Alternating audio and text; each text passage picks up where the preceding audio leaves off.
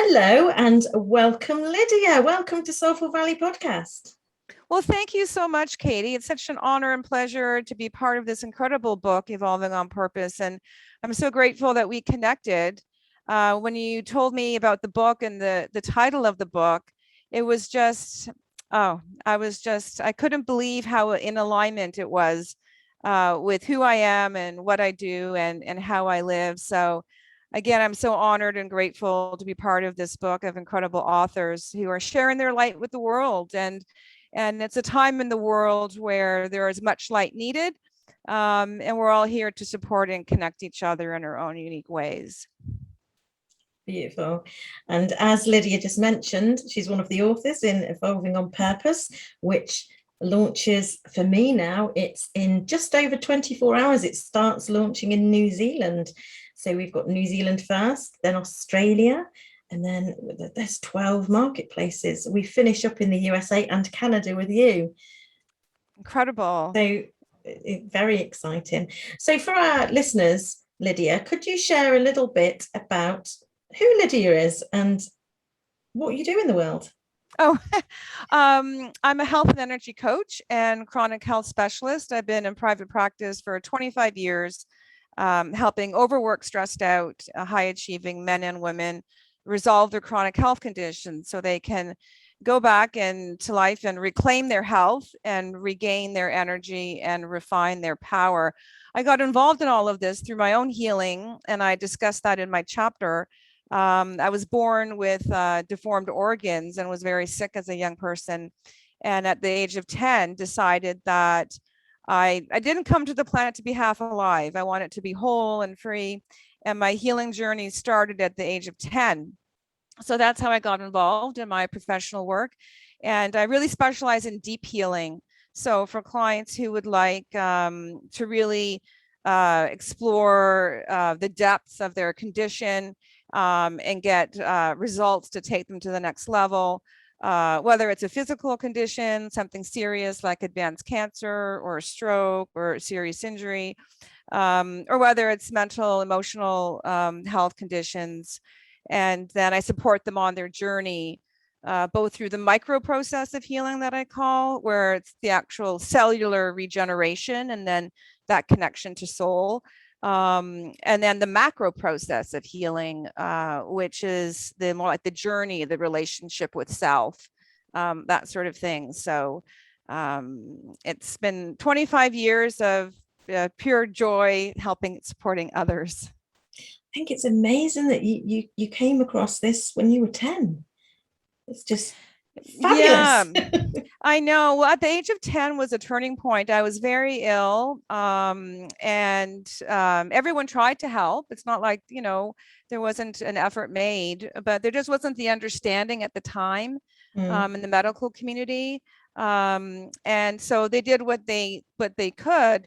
But ultimately, I was diagnosed sort of with psychosomatic condition because my symptoms were varied and not easily defined, and quite extreme. Like I would have to be hospitalized with pain and swelling in my abdominal area, and no one could really figure it out. And I wanted to be outside. We lived on a farm, and I wanted really to participate in nature. And so I would lie sick in bed looking at the window, wishing I was in the elements and outside. And I did get outside. Like when you're chronically ill, you're not always, in pain. Like you sort of go through cycles or waves, or but it wasn't sustainable, and I was really declining. And then I started looking. So we had a farm, and we had a little school library where I went to school. And, back in the day, there was a TV with 2 channels, a black and white TV with 2 channels. But I found the book, The Power of Positive Thinking by Norman Vincent Peale. And that became my Bible. And I forgot that I actually read that until I was in my deep healing in my late 20s. And I took that book, The Power of Positive Thinking, with me to school. Like I'd hide it in my history book, and I would read it in the haystack. And that was really what got me going on my healing journey and evolution. We're talking about evolving on purpose. And I've been doing it ever since. Like I just love everything about personal development, healing, evolving. And what really a lot of times I like to be able to share with someone who's going through a hard time what there is on the other side, right, of pain, of suffering, of trauma, of loss. And it's such a magnificent world, and we create it here on earth. We're creating, this evolutionary a path into the light right now here on earth. And so in my youth, I could have never imagined such joy and connection and wholeness that I experience now. So it's always nice to keep that in mind, when I'm coaching clients, that when we're in the swamp and it's hard to keep walking through the swamp to the green shore, it is there for us. It's up to us, and every soul has their own journey. So I always honor that. That's such a beautiful story. And there you mentioning the power of books. When you were so young, books were what helped me through a traumatic childhood. I used to hide away and read all of my mum's books, and yes, a real book lover. And the fact that now we've been brought together in a book that we hope, I'm sure, it's going to help a lot of people. So it's all the more special when you know that a book like this is such a valuable tool to anybody who's seeking help that isn't there within the mainstream medicine or healthcare in general. Yeah, no, absolutely. And books last forever. My three is talking about books. My three big guides at the age of 10 were The Power of Positive Thinking, Lord of the Rings. I read Lord of the Rings in detail. There's such powerful spiritual teaching, Lord of the Rings, and Little House on the Prairie. I wanted to be Caroline Ingalls. And I thought if I could only be Caroline Ingalls and be healthy and graceful and, like Caroline Ingalls on Little House on the Prairie. And, but I read the books first. So there you go. The power of books. I mean, the book that we've put together is now out forever. Yeah. And it's there to help anyone who needs the help to help themselves. A question I like to ask my guests, but it sounds like you had it together at the age of 10. It's normally, yeah. What advice would you give to your 20-year-old self? Well, I think because I started at the age of 10, really connecting to my wholeness and connecting to my self-responsibility, I think I would say to myself to really embrace Taoist non-attachment. So you sort of say, what is that? So non-attachment is not detachment. It's not denial or repression. It's being in your center, what I call centered in your core energy, or like grounded, connected to your power, your essence, and conscious of your thoughts, beliefs, actions, of who you are. And in that sacred space, you're like the Buddha in the middle of the burning inferno. And it's not that you're doing nothing, but you're living your life, as the captain of your ship without absorbing other people's energies. So in Taoism attachment, you strengthen your core energy. And then that core energy is your aura, right? And that strong aura that radiates out can discern and deflect. So you can be completely committed. You can be helping others, but you don't get pulled into situations that don't honor you, and you don't carry other people's energy.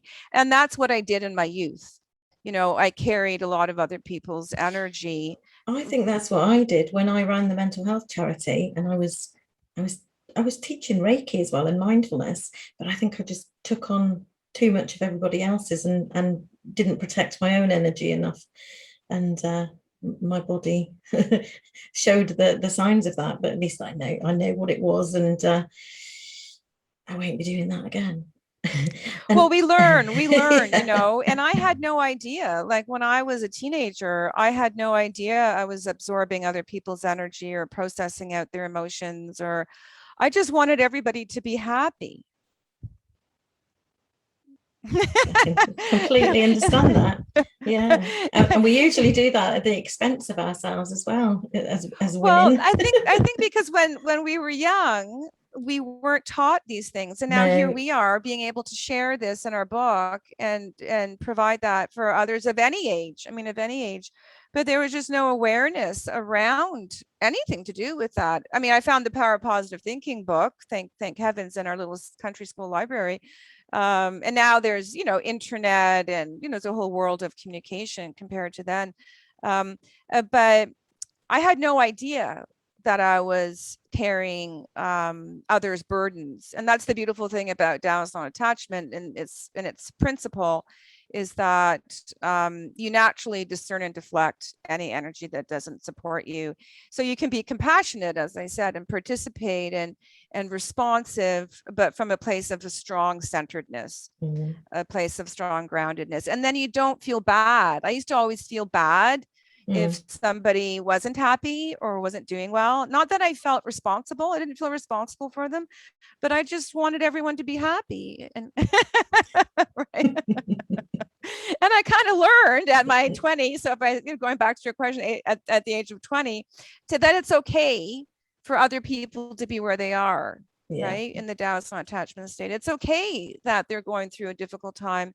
But I'm there to support them in the best way that I can, as a friend, you know, or as a therapist, or as a practitioner. But so I don't feel that burden of yearning for others to experience what it's like to be free and whole, because they're on their journey. Yeah, right? exactly. And we've all got a different journey, haven't we? Exactly. Yeah. I had an interview today actually with somebody, and I said that I see my disabilities as a gift now, because I wouldn't be doing any of this right now if that hadn't happened to me. There was a reason that I had to follow this path, and it's given me so much awareness about myself and my own body, and how I am relationally, or how I have been relationally with other people, that it's been quite a powerful journey. Well, yes, exactly. And I always say our chronic health condition is our gateway to our lasting empowerment. And because ultimately, when we're dealing with a chronic health condition, then if we want to move forward, you know, with a life of high quality that we're aiming for, we need to have relationship with self. I mean, that is really the key, is relationship with self. And I've worked with many clients over the years who have, let's say, healed of a very serious health condition like terminal cancer, and their test results show that the cancer is gone. So on a cellular level, they certainly were healing, and on a what I call the micro process of healing, the natural mechanism of healing that is the order of the universe. Like everything, you know, the whole universe is constantly trying to regenerate and cleanse and realign. But they didn't, if they got to that place and then they didn't have relationship with self, if they weren't interested in knowing some, you know, cause and effect, you know, that sort of thing, then it's harder for them to maintain their new state of health. And this is why, when you just mentioned that, you know, when we embrace our chronic health condition as a gateway to our empowerment, then a whole world of possibility opens up through relationship with self and accessing different aspects of self. And that's exactly what happened to me. What, you know, because of my chronic health condition, I then started supporting others in professional practice. And I didn't plan to do that. I had degrees in environmental policy, and I was working in that, and I loved it. And then I had dreams guiding me quite strongly, to start my professional healing arts practice. That was over 25 years ago. So it's as I said, it's been an incredible journey. But absolutely, like, you're turning lead into gold, and so we each have our own unique path. And I don't know what is the best path for you or for somebody else. All we can do is support each other, and each person finding out what that is. And that reconnection yourself back to your own intuition, to lead Absolutely. yourself, because it's not about other people. It's not about following other people, really, is it? It's about reconnecting with who we are and what we're actually here for, which we often miss that because we're so busy looking out there for the answers that we don't realize they're in here. Absolutely. Well, that's what happened to me. I would just fall asleep and have dreams telling me what to do. Yeah, it's great, isn't it? So I couldn't run away from that, but that was all internal. Mm. And my choices to study environmental science and policy were completely against the social norm at the time. My friends and family said, "What are you doing? Like, you should be doing an MBA, and why would you study the environment?" Because this was over 30 years ago, right?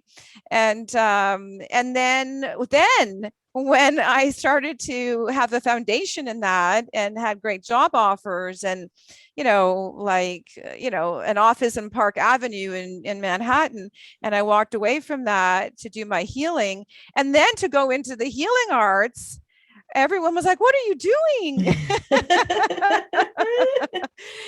and so absolutely, when we connect with our inner knowing and our inner self, and however that means for someone, then we can stay focused on creating a life for ourselves that is truly enriching in every way. Absolutely. Where can people find you, Lydia, if they want to connect with you and come and work with you? Oh, yes. Well, I'd be honored to connect with anyone who'd like to learn more about what I do. It's Apona, Apona, healingmethod.com. So that's my website, Apona, healingmethod.com. And also the same link is healthenergycoach.com.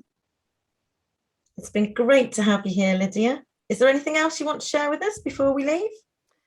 I think that's it. I think you and I could talk all day. All of us authors could talk all day about self-development, healing, evolution, being and a mindful why we've ancestor. had so many chapters to share. I know, it's such an honor to be, as I said, in this book, and I really consider myself to be a mindful ancestor of future generations. Everything that I do now, I have an awareness of 2100 and macrobiotic teachings. Mitra Kushi, our teacher, taught about when the North Pole aligns with the North Star in 2100, the next 13,000 years of light will come in. And so I have this knowing that everything that I'm doing now is preparing the planet and humanity for 2100. So again, everything about the book is in so alignment, and thank you for this incredible opportunity, Katie. You're a shining star to all of us. I've loved every minute of it. Well, that's all for now then. So I'll say bye for now. Okay. All right. Thank you, Katie. Thank you.